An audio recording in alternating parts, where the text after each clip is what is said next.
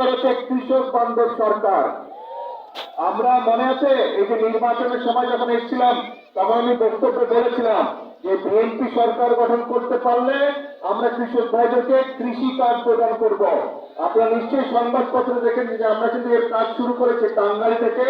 গত মাসের 14 তারিখে আমি কৃষক কার্ডের এই উদ্বোধনীটা করেছি। তারপরে এখন ধীরে ধীরে সারা বাংলাদেশের কৃষক ভাইদেরকে আমরা কৃষক কার্ড পৌঁছে দেবো। কৃষক কার্ডের মাধ্যমে অনেকগুলো সুবিধা আমরা কৃষক ভাইদেরকে দেবো।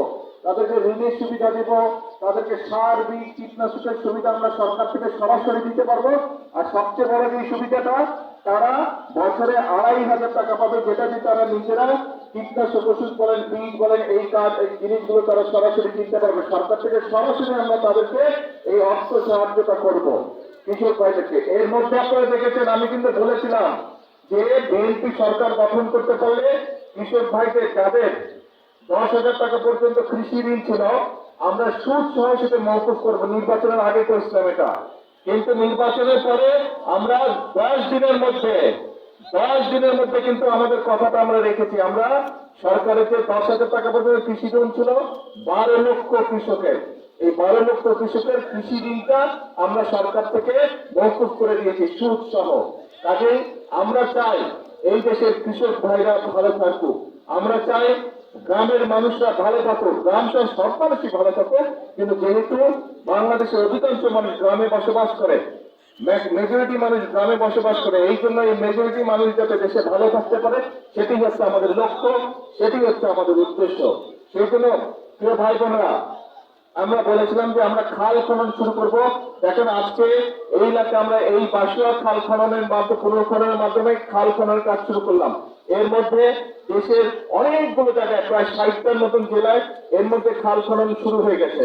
এই খাল খনন এবারই শেষ হবে না, এটা প্রায় 40 কিলোমিটার, তার মধ্যে 23 কিলোমিটার খাল আমরা পুনর্খনন করব। এবং এই 23 কিলোমিটার খাল পূরণ করতে আমাদের 2টো শুকনো মৌসুম লাগবে। এই এখন শুরু হলো, কিন্তু এখন বর্ষা শুরু হয়ে গেছে, এবছর তা শেষ হবে না, কিন্তু এই বছর নভেম্বর থেকে আবার আমরা খাল খনন শুরু করবো শুকনো মৌসুমটা শুরু হলে। এবং ইনশাল্লাহ আগামী বছর আমরা চেষ্টা করব এই 23 কিলোমিটার খাল সম্পূর্ণভাবে আমরা পুনর্খনন করতে। তার ফলে দুই পাশে যেরকম মানুষগুলো কৃষক ভাইরা পানির সুবিধা পাবে, একইভাবে এলাকার মানুষের পানির সুবিধা পাবে। এবং শুধু খাল খনন, এই খালের পাশ দিয়ে দুই পাশে 23 কিলোমিটার দুই পাশ দিয়ে খালের দুই পাশে আমরা প্রায় 50,000 গাছ আমরা বৃক্ষরোপণ করব। আমরা এই বৃক্ষরোপণ করলে খালটাকে ধরে রাখতে পারবে, এলাকার মানুষেরও বসার জায়গা হবে গাছের তলায়। এবং আমরা চেষ্টা করব সেখানে বিভিন্ন ফলাদি গাছও রোপণ করতে, যাতে করে এলাকার মানুষ ফল ফলাদি খেতে পারে। কি ভাই আছেন নাকি কাজে? এখন এই যে যেই কাজগুলো আমরা করব, এই কাজগুলো করলে উপকার হবে কার? এলাকার মানুষের উপকার হবে। কাজ ঠিক আছে? তাহলে ঠিক আছে, তাহলে আজকে আর কথা বলবো না, বৃষ্টি হচ্ছে আকাশে, সবাই ভিজে যাবে। কি ও এখানে, আচ্ছা এইদিকে, এই যে এখন দেখা যায়। হ্যাঁ, এখন এখন কথা একটাই, আমরা বহু আন্দোলন সংগ্রাম করেছি। এখন দেশে আপনাদের নির্বাচিত সরকার বা আপনাদের নির্বাচিত একটি সরকার গঠিত হয়েছে। এই নির্বাচিত সরকারের কাজ হচ্ছে আস্তে আস্তে, স্লোগান দিলে কথা শুনতে পাবো না তো, আস্তে আস্তে এক মিনিট একটু চুপ করতে হবে।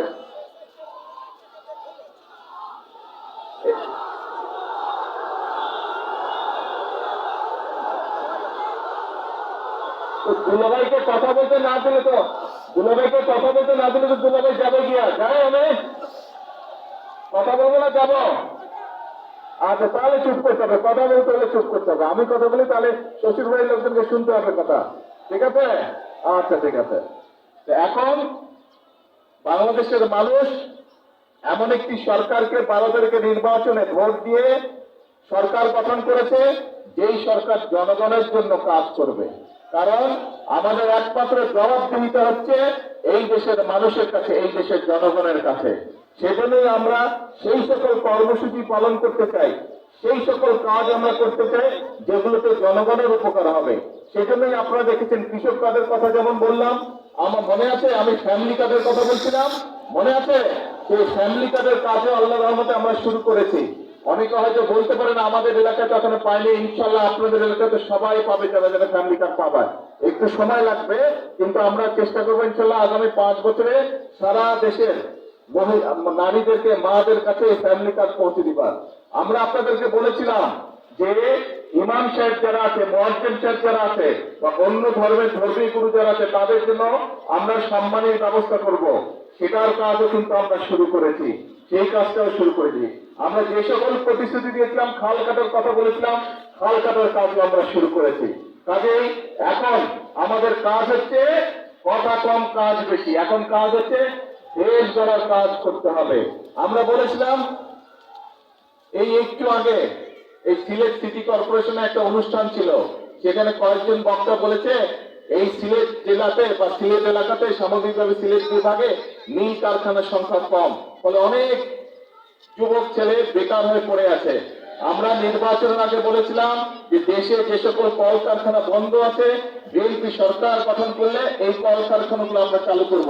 এই যে এখানে আপনাদের এই সন্তান বসে আছে মুক্তাদির, মুক্তাদির হচ্ছে শিল্পমন্ত্রী, শিল্প মন্ত্রণালয়ের দায়িত্ব আছে মুক্তাদের কাছে। নির্বাচনের পর প্রায় 5-7 দিনের মধ্যে আমি মুক্তাদেরকে নিয়ে বসেছিলাম যে কোথায় কোথায় বন্ধ কলকারখানাতে বের করেন, কেন সেই বন্ধ কলকারখানাগুলো বন্ধ আছে তার কারণ বের করেন, এবং সবগুলো আমরা ইনশাল্লাহ ধীরে ধীরে চালু করব, যাতে করে আমাদের দেশের যারা কর্মসংস্থানের সমস্যা আছে তাদের যাতে কর্মসংস্থানের, যারা বেকার আছে তারা যাতে কর্মসংস্থান পায়। শুধু এটাই নয়, এর পাশাপাশি আপনারা নিশ্চয়ই খবরে দেখেছেন দেশের ভিতরে যারা শিল্প উদ্যোক্তা আছে তাদেরকে নিয়ে আমরা বসেছি, যাতে করে তারা নতুন কলকারখানা দেশে তৈরি করে, যাতে করে আমাদের দেশের ছেলে মেয়েরা সেখানে চাকরি বাকরির ব্যবস্থা করতে পারে। শুধু তাই নয়, বিভিন্ন দেশে, পৃথিবীর বিভিন্ন দেশে আমাদের ছেলেরা চায় চাকরি বাকরি সংস্থানের জন্য। তাদের জন্য আমরা সেই সব দেশের সাথেও কথা বলেছি। দেশের বিভিন্ন জায়গায় আগে বিদেশে যে মানুষ যেত সেইগুলো জায়গা বন্ধ আছে, সেই সব দেশের সাথে আমরা কথা বলেছি, সেগুলাও ইনশাল্লাহ আমরা চালু করার ব্যবস্থা করছি। অতি দ্রুত সেই সব দেশেও মানুষ যাওয়া আবার শুরু করবে। কাজেই আমরা দেশের মানুষের কর্মসংস্থানের ব্যবস্থা আমরা করার চেষ্টা করছি, কারণ এই সরকার হচ্ছে আপনাদের সরকার।